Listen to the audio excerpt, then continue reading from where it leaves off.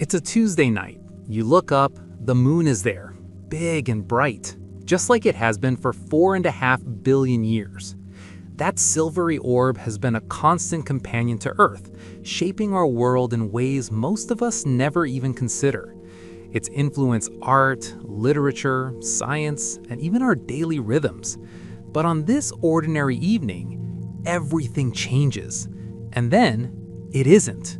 No explosion, no flash of light. It didn't blow up, it was simply deleted from existence.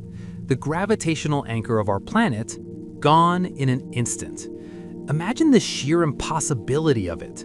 One moment, the moon is hanging there, casting its gentle glow over landscapes and oceans, and the next, the sky is void of its presence. Astronomers would scramble to their telescopes, only to confirm the unthinkable.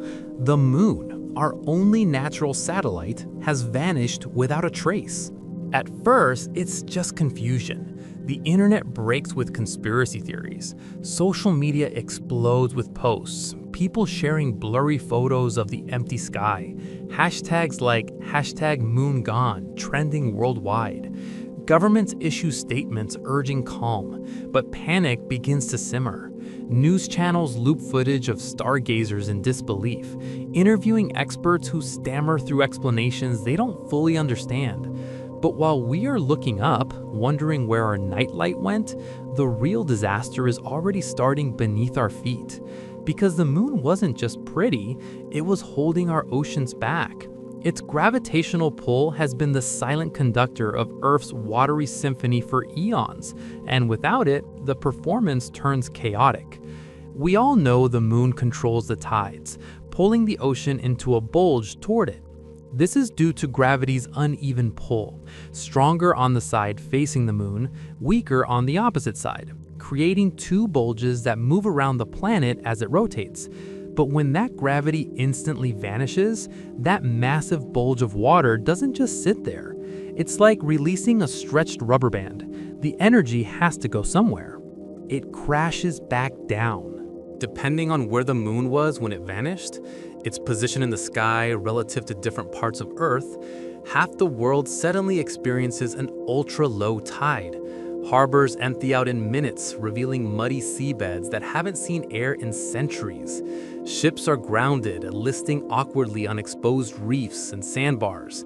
Fishermen stare in horror as their livelihoods are stranded. Beaches extend for miles, uncovering ancient shipwrecks and lost artifacts. But there's no time to marvel because the water's retreating at an alarming rate, faster than any ebb tide in history. But on the other side of the planet, that released water rushes back toward the Earth, creating global tsunamis. It's the Great Slosh. Picture the oceans as a giant bowl of water being tilted back and forth. Remove the tilt, and the water sloshes violently to find equilibrium. Coastal cities, Tokyo with its bustling ports, New York with its iconic skyline, Mumbai with its dense populations, are hammered by waves that make normal tsunamis look like ripples in a bathtub. These waves could reach heights of hundreds of feet, surging inland for miles, toppling buildings, flooding subways, and displacing millions. Emergency sirens wail as people flee to higher ground. But for many, it's too late. The initial death toll would be staggering, in the billions perhaps, as low-lying areas from the Netherlands to Bangladesh are inundated. After the initial chaos settles, and it would take weeks, maybe months for the waters to calm, the oceans change forever. The tides don't stop completely, the sun still has some gravity, exerting about a third of the moon's tidal force. But they become weak, pathetic things, only about a third of their former size. No more dramatic high and low tides. Instead, a gentle lapping that's barely noticeable. This sounds convenient for beachgoers, who might enjoy stable shorelines without the risk of being caught by rising waters. But for the planet, it's a biological catastrophe. The intertidal zones, those dynamic areas between high and low tide, are hotspots of biodiversity. Creatures like barnacles, mussels, and sea stars thrive there, adapted to the rhythm of exposure and submersion. Without strong tides, these zones shrink, leading to mass die-offs and ecosystem collapse. While humanity is dealing with flooded cities, rebuilding infrastructure, distributing aid, and mourning the lost, the animal kingdom enters a state of panic. Nature doesn't pause for a crisis, it reacts immediately to the loss. The first night without the moon is the darkest night in Earth's history.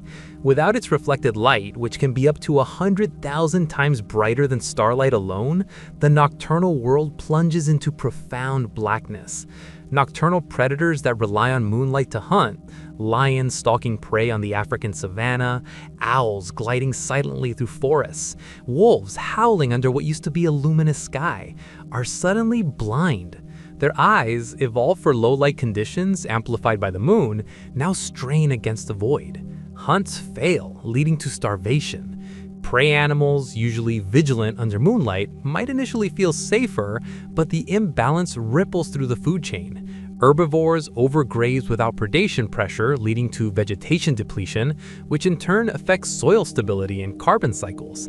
The food chain snaps instantly, and within days, animal behaviors shift erratically. Migrations disrupted, mating calls silenced in the oppressive dark.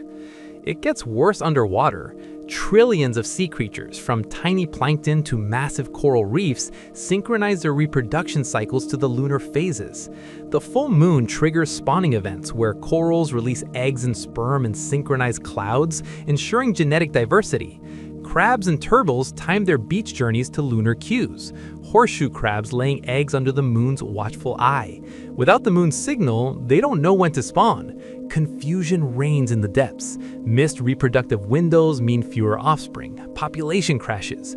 Marine ecosystems that we rely on for food, fisheries providing protein for billions, begin to collapse within weeks. Overfishing has already stressed these systems. This would be the final blow, leading to empty oceans and global food shortages. Imagine supermarkets with bare seafood sections, economies in coastal nations crumbling as their primary industries vanish. So the coasts are destroyed, and the animals are starving. You might think, well, at least we surviving humans can rebuild inland, move to higher ground, away from the waves, and start over.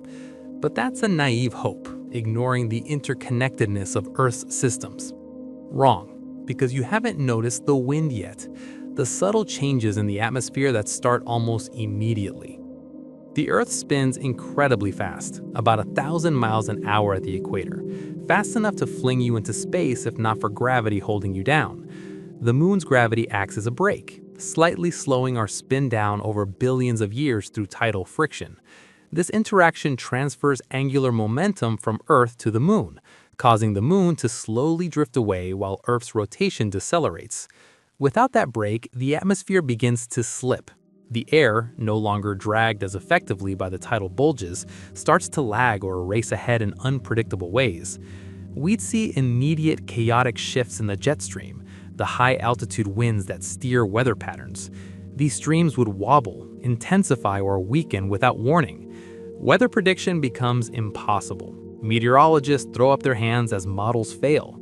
Superstorms, driven by faster winds unhindered by tidal friction, would lash the continents. Hurricanes could form in unusual places, like the Mediterranean or off the coast of California.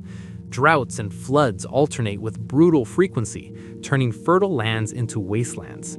Agriculture suffers first. Crops fail due to erratic rainfall, leading to famines that compound the earlier food crises from ocean collapse. Over a very long time, our days would actually get shorter as the Earth's spin speeds up without the moon's drag. Currently, days lengthen by about 1.7 milliseconds per century. Reverse that, and over millennia, a day might shrink from 24 hours to 23 or less. But we probably wouldn't live long enough to notice that gradual change. Daily life would be too consumed by survival amid the escalating disasters. Because we have a much bigger problem arriving in roughly 1 year, a threat that undermines the very foundation of life on Earth. This is the real killer. This is why we exist at all. The moon isn't just a tidal influencer, it's our planetary stabilizer. Think of the Earth like a spinning top. When a top spins fast, it stays perfectly upright, resisting wobbles due to gyroscopic precession. But disturb it, and it starts to nutate. Currently, Earth is tilted at a steady 23.5 degrees on its axis. This tilt gives us our predictable seasons: winter, spring, summer, fall. The angle ensures that sunlight distribution varies throughout the year, driving weather patterns, plant growth, and animal migrations. We rely on this stability for agriculture, planting and harvesting cycles timed to seasonal changes, for water cycles, for everything from holidays to economies. Why is it stable? Because the moon is orbiting us, acting like a giant gravitational gyroscope, holding that tilt in place. Its mass, orbiting at just the right distance, dampens perturbations from other planets like Jupiter or the Sun's uneven gravity. Without the moon, smaller bodies like Mars or Venus wobble wildly, their axes flipping over geological time. Remove the moon, and Earth begins the death wobble. The axis starts to precess more erratically, influenced by solar and planetary torques without the lunar counterbalance. It wouldn't happen overnight. It would take years, maybe decades, to fully manifest as the gravitational influences accumulate. But the Earth's axis would begin to wildly fluctuate over time, swinging like a pendulum gone mad. Imagine a world where the tilt swings from 0 degrees to 85 degrees. These aren't quick flips, they unfold over centuries to millennia, but the effects are profound and irreversible in human timescales. At 0 degrees, there are no seasons. The equator is an eternal furnace with scorching heat year-round, evaporating rivers and turning rainforests into deserts. The poles are eternal ice, locked in perpetual twilight, expanding ice caps that lower sea levels but freeze vast areas uninhabitable. Ecosystems adapted to seasonal changes die out. Species migration becomes pointless in a static climate. Then, a few thousand years later, it tilts to 85 degrees. Now, the Earth is rolling on its side like a barrel tumbling down a hill. The North Pole points directly at the sun for 6 months of blazing, unending daylight, melting every glacier instantly, flooding continents with meltwater and raising sea levels by hundreds of feet. Tropical regions become uninhabitable ovens, while mid-latitudes experience extreme temperature swings. Then, 6 months of absolute darkness and deep freeze follow, plunging the same areas into Arctic winters where temperatures plummet to minus 100 degrees, freezing oceans and burying lands in snow. Agriculture becomes impossible. Civilization, which is built entirely on the predictability of the harvest, from ancient Mesopotamian farmers to modern industrial agriculture, collapses. No more reliable growing seasons, plants can't adapt fast enough to the shifting climates. We become migratory again, chasing the narrow bands of habitable land as they shift across the globe over centuries. Nomadic tribes wander, scavenging what they can, while technology regresses without stable societies to maintain it.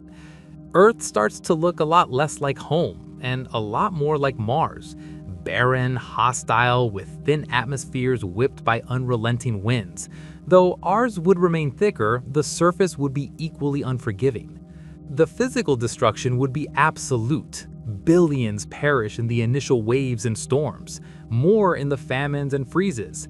But what about the psychological toll? Humans aren't just bodies, we're minds shaped by our environment. The moon is deeply embedded in human consciousness. It's our calendar. The word month derives from moon. Ancient civilizations tracked time by its phases, from the Babylonian lunar calendars to Mayan observatories. It's our primary source of light at night, inspiring poets like Shakespeare and musicians like Beethoven in his Moonlight Sonata. It's a god in thousands of religions: Artemis in Greek mythology, Chandra in Hinduism, Tsukuyomi in Japanese lore.